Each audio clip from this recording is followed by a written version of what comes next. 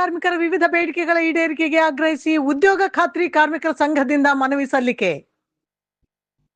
ಗಂಗಾವತಿ ತಾಲೂಕಿನ ಮರಳಿ ಗ್ರಾಮ ಪಂಚಾಯಿತಿ ವ್ಯಾಪ್ತಿಯ ಮರಳಿ, ಆಚಾರ್ ನರ್ಸಾಪುರ್, ಪ್ರಗತಿ ನಗರ, ಬಸವಣ ಕ್ಯಾಂಪ್ನ ಮಹಾತ್ಮ ಗಾಂಧಿ ರಾಷ್ಟ್ರೀಯ ಗ್ರಾಮೀಣ ಉದ್ಯೋಗ ಖಾತ್ರಿ ಯೋಜನೆಯಡಿ ಕೆಲಸ ಮಾಡುತ್ತಿರುವ ಕೂಲಿ ಕಾರ್ಮಿಕರು ಎದುರಿಸುತ್ತಿರುವ ವಿವಿಧ ಸಮಸ್ಯೆಗಳನ್ನು ಬಗೆಹರಿಸುವಂತೆ ಆಗ್ರಹಿಸಿ ಮಹಾತ್ಮ ಗಾಂಧಿ ಉದ್ಯೋಗ ಖಾತ್ರಿ ಕಾರ್ಮಿಕರ ಸಂಘದ ವತಿಯಿಂದ ಮರಳಿ ಗ್ರಾಮ ಪಂಚಾಯಿತಿ ಅಭಿವೃದ್ಧಿ ಅಧಿಕಾರಿ ಬಸವರಾಜಗೌಡ ನಾಯಕ್ ಅವರ ಮುಖಾಂತರ ತಾಲೂಕು ಪಂಚಾಯಿತಿ ಕಾರ್ಯನಿರ್ವಹಣಾಧಿಕಾರಿಗಳಿಗೆ ಮನವಿ ಪತ್ರವನ್ನು ಸಲ್ಲಿಸಲಾಯಿತು.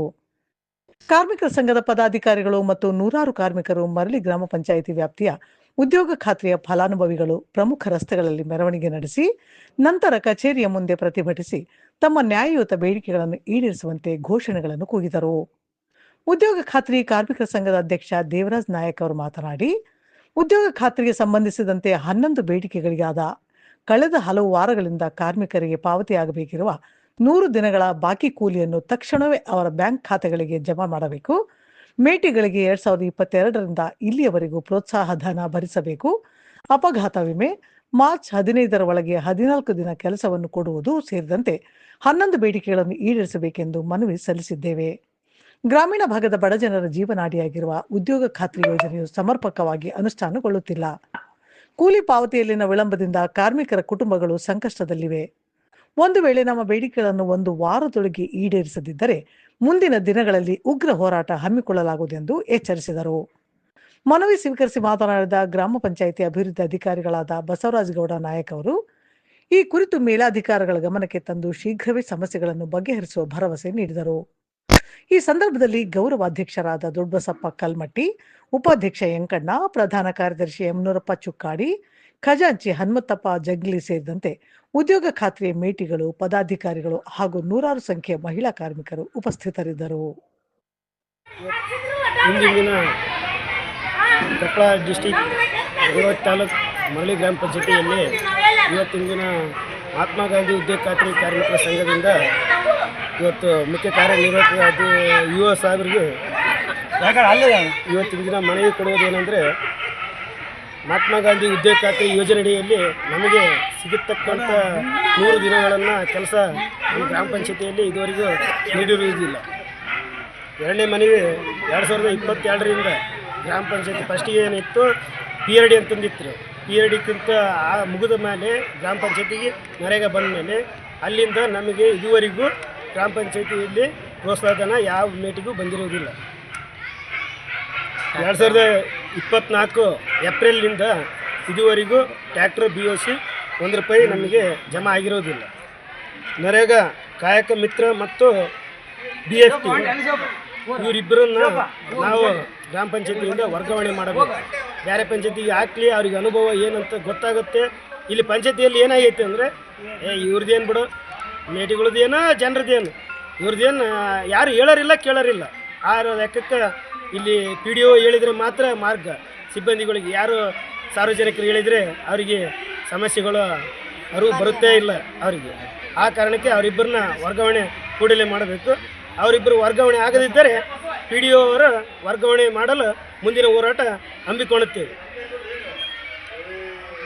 ನಿಮಗೆ ಸಿಬ್ಬಂದಿಗಳು ನಮಗೆ ಆಯಿತು, ಮೇಟಿಗಳು ಸಾರ್ವಜನಿಕರಿಗೆ ಆಯಿತು, ಯಾರಿಗೆ ಸ್ಪಂದನೆ ಮಾಡ್ತಿಲ್ಲ. ಇವತ್ತಿನ ದಿನ ಏನೋ ಒಂದು ಜಾಬ್ ಕಾರ್ಡ್ ಡಿಲೀಟ್ ಆಗೈತೆ ಅಂತ ಬಂದರೆ ಎದಕ್ಕಾಗೈತೆ ಅಂತ ಗೊತ್ತಿಲ್ಲ. ಇವತ್ತಿನ ದಿನ ಅಲ್ಲಿ ನರೇಗಾ ಕಾಮಗಾರಿಗೆ ಹೋದಾಗ ಬರ್ರಿ ಅಂತಂದು ಫೋನ್ ಮಾಡಬೇಕು ಮೇಟಿಗಳು, ಇಲ್ಲ ಬರ್ತಿ ತಡಿ, ಇನ್ನು ಟೈಮ್ 9 ಗಂಟೆ ಆಗಬೇಕು. ಆ ರೀತಿ ಬೇಜವಾಬ್ದಾರಿತನ ಭಾಳಷ್ಟು ಇದೆ. ಅವ್ರ ಸಿಬ್ಬಂದಿಗಳಲ್ಲಿ ಕೊರತೆ ಕಂಡು ಬಂದ ಕಾರಣಕ್ಕೆ ಅವ್ರ ಇಬ್ಬರನ್ನ ಕೂಡಲೇ ವರ್ಗಾವಣೆ ಮಾಡಬೇಕು. ನಮಗೆ ನರೇಗಾ ಸಂಬಂಧಿಸಿದಂತೆ ಒಂದು ಕೊಠಡಿ ಮತ್ತು ಕಂಪ್ಯೂಟರ್ ಆಪ್ರೇಟರ್ನ ಪ್ರತ್ಯೇಕವಾಗಿ ಗ್ರಾಮ ಪಂಚಾಯತಿಯಲ್ಲಿ ಸೀಮಿತ ಮಾಡಬೇಕು. ನಮಗೆ ಯಾಕಂದರೆ 3000 ಜನಸಂಖ್ಯೆಗೆ ಒಬ್ಬ ಸಿಬ್ಬಂದಿ ತಲೆ ಬಂದು ಕೇಳಿದ್ರೆ ಆತ ಏನಂತಾನೆ ಈ ಸ್ವತ್ತು ಮಾಡಬೇಕು, ಗ್ರಾಮ ಪಂಚಾಯತಿ ಯಾವ ಲೆಟ್ರ್ ಮಾಡಬೇಕು, ಅದು ಮಾಡಬೇಕು, ಸದಸ್ಯರದ್ದು ಮಾಡಬೇಕು, ಅಧ್ಯಕ್ಷರದ್ದು ಮಾಡಬೇಕು, ನಿಮ್ದೇನಪ್ಪ ಮೇಟಿಗಳದಂತ ಎಂಬ ಲೆಕ್ಕದಾಗ ಇವತ್ತಿನ ದಿನ ಒಬ್ಬ ಕಂಪ್ಯೂಟರ್ ಆಪ್ರೇಟರಿಂದ ಆಗ್ತಾಯಿಲ್ಲ ಅಂತಂದು ಆಲ್ರೆಡಿ ನಮಗೆ ಡೈರೆಕ್ಟಾಗಿ ಹೇಳಿದ್ದಾನೆ. ಒಂದು ಮೀಟಿಂಗ್ ತೊಗೊಂಡಿದ್ರು, ಅವತ್ತಿನ ದಿನ ಆದರೂ ಅಲ್ಲಿ ಡೈರೆಕ್ಟಾಗಿ ಇಲ್ಲ ನಮ್ಮಿಂದ ನರೇಗಾ ಮಾಡ್ತೀನಿ, ಇಲ್ಲಾಂದರೆ ಆಫೀಸ್ ಕೆಲಸ ಮಾಡ್ತೀನಿ, ಎರಡೂ ಮಾಡೋಕ್ಕೆ ನನ್ನಿಂದ ಆಗಲ್ಲ ಅಂತ ಆಲ್ರೆಡಿ ನಮಗೆ ಅಧ್ಯಕ್ಷನ ಇದ್ದೀನಿ, ನನಗೆ ಹೇಳಿದರೆ, ಆಲ್ರೆಡಿ ಪಿ ಡಿ ಅವರಿಗೆ ಹೇಳಿದರೆ, ಎಲ್ಲ ಆಗಿದೆ. ಆಲ್ರೆಡಿ ಲೆಟ್ರ್ ಕೊಟ್ಟಿದ್ದೀವಿ. ಯಾರು ಓಲ್ಡ್ ಪಿ ಡಿ ಅವರು ಶರಣಮ್ಮ ಅಂತ ಇದ್ದರು, ಅವ್ರಿಗೆ ಲೆಟ್ರ್ ಕೊಟ್ಟಿದ್ವಿ. ಮೇಡಮ್ ಅವರು ಅದಕ್ಕೆ ಸ್ಪಂದನೆ ಮಾಡಿ ಬೇರೆ ಆಪ್ರೇಟರ್ನ ನಿಗದಿ ಮಾಡಿಕೊಂಡಿದ್ರು. ಆಮೇಲೆ ಏನೈತಿ, ತದನಂತರ ಸಿಬ್ಬಂದಿ ಯಾರೂ ಇಲ್ಲ. ಹಂಗಾಗಿ ನಮಗೆ ಒಬ್ಬ ಕಂಪ್ಯೂಟರ್ ಆಪ್ರೇಟರ್ ನೇಮಕ ಬೇಕು. ಮತ್ತು 6 ಫಾರಮ್ಗೆ ನಮಗೆ ರಿಸೀವ್ಡ್ ಬೇಕು. ಇವತ್ತು ಪಿ ಡಿ ಅವರು ರಿಸೀವ್ಡ್ ಕೊಡೋಕ್ಕೆ ಆಗಿಲ್ಲಪ್ಪ ಅಂದರೆ ಸಿಬ್ಬಂದಿ ಯಾರಾದರೂ ಕೊಡಲಿ, ನಮಗೆ ತೊಂದರೆ ಇಲ್ಲ.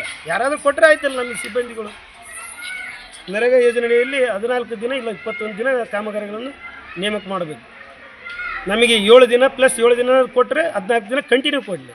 ಇಲ್ಲ ಯಾರಾದರೂ ಒಬ್ಬರು ಕೆಲಸಕ್ಕೆ ಹೋಗಿರ್ತಾರೆ, ಎಲ್ಲ ಬೆಂಗಳೂರು ದುಡಿಯೋಕ್ಕೆ ಹೋಗಿರ್ತಾರೆ, ಅಂಥವ್ರು ಬರೀ 7 ದಿನಕ್ಕೋಸ್ಕರ ಅಲ್ಲಿಂದ ಇಲ್ಲಿಗೆ ಬರೋಕ್ಕೆ ಆಗಲ್ಲ. ಬರೀ 7 ದಿನ ಕೊಡೋ ಬದಲೇ ಅದೇ 14 ದಿನ ಆದರೆ ಇಲ್ಲಾದರೂ ದುಡಿತಾರೆ, ಅಲ್ಲಾದರೂ ದುಡಿತಾರೆ. 14 ದಿನ ಬಿಟ್ಟು 21 ದಿನ ಆದರೂ ಯೋಜನೆಯಲ್ಲಿ ಕೊಡೋಕ್ಕೆ ಅಧಿಕಾರ ಐತಿ. ಬೇರೆ ಪಂಚಾಯತಿ ಎಲ್ಲ ಕೊಟ್ಟಿದ್ದಾರೆ, ಕೊಡಲಾರ್ದೇನಿಲ್ಲ. ಇದರೊಳಗೆ ಕಾನೂನುಬದ್ಧವಾಗಿ ಕೊಟ್ಟಿದ್ದಾರೆ. ಅದೇ ರೀತಿ ನಮ್ಮ ಪಂಚಾಯತಿಯಲ್ಲಿ ಕೊಡ್ರಿ ಅಂತ ಕೇಳ್ತಾ ಇದ್ವಿ. ಮತ್ತು NMMS ಆ್ಯಪ್ ಮೇಟಿಗಳಿಗೆ ಅಲ್ಲಿ ಯಾವ ಪಂಚಾಯತಿಯಲ್ಲಿ ಕೊಟ್ಟಿಲ್ಲ ಅಂತ ನಮ್ಮ ಪಿ ಡಿ ಅವರು ಹೇಳ್ತಿದ್ದಾರೆ, ತಾಲೂಕು ಪಂಚಾಯತಿ ಆಯೋಜಕರು ಹೇಳ್ತಿದ್ದಾರೆ. ಮೇಟಿಗಳಿಗೆ ಎದಕ್ಕೆ ಕೊಟ್ಟಿಲ್ಲ, ಕೊಡ್ಬೋದು. ಅವತ್ತಿನ ದಿನ ಏನಿತ್ತು, ಮೇಟಿಗಳು ಯಾವ ಹೆಂಗೆ ಬೇಕಲ್ಲೇ ತೆಗಿತಾಯಿದ್ರು. ಅವತ್ತಿನ ದಿನ ಏನಿತ್ತು, ಎಡಿಟ್ ಆಪ್ಷನ್ ಇದ್ದಿಲ್ಲ. ಏನು ಮೇಟಿಗಳಿಗೆ ಏನು ತೆಗೆದಿರ್ತಾರೆ ಅದೇ ಫೈನಲ್. ಇವತ್ತಿನ ದಿನ ಆ ರೀತಿ ಇಲ್ಲ, ಎಡಿಟ್ ಆಪ್ಷನ್ ಕೊಟ್ಟಿದ್ದಾರೆ. ಮೇಟಿಗಳಿಗೆ ಕೊಡಿ, ಯಾರು ತೊಂದರೆ ಮಾಡಿರ್ತಾರೆ ಅವರಿಗೆ ಆ್ಯಕ್ಷನ್. ಒಬ್ಬ ಕಂಪ್ಯೂಟರ್ ಸಿಬ್ಬಂದಿ ನೇಮಕ ಮಾಡ್ಕೋ ಅಂತಂದು ಕೇಳಿದ್ದಾರೆ. ಅದು ಕೂಡ ನಮ್ಮ ಹಂತದಲ್ಲಿ, ಗ್ರಾಮ ಪಂಚಾಯತಿ ಹಂತದಲ್ಲಿ. ಆದರೂ ಕೂಡ ಏನಂತಂದರೆ ನಮ್ಮ ಆಡಳಿತಾತ್ಮಕ ದೃಷ್ಟಿಯಿಂದ ಏನಾದರೂ ನಾವು ಮಾಡೋಷ್ಟು ಕೆಲಸನ ನಾವು ಇದು ಮಾಡ್ತಾಯಿದ್ವಿ.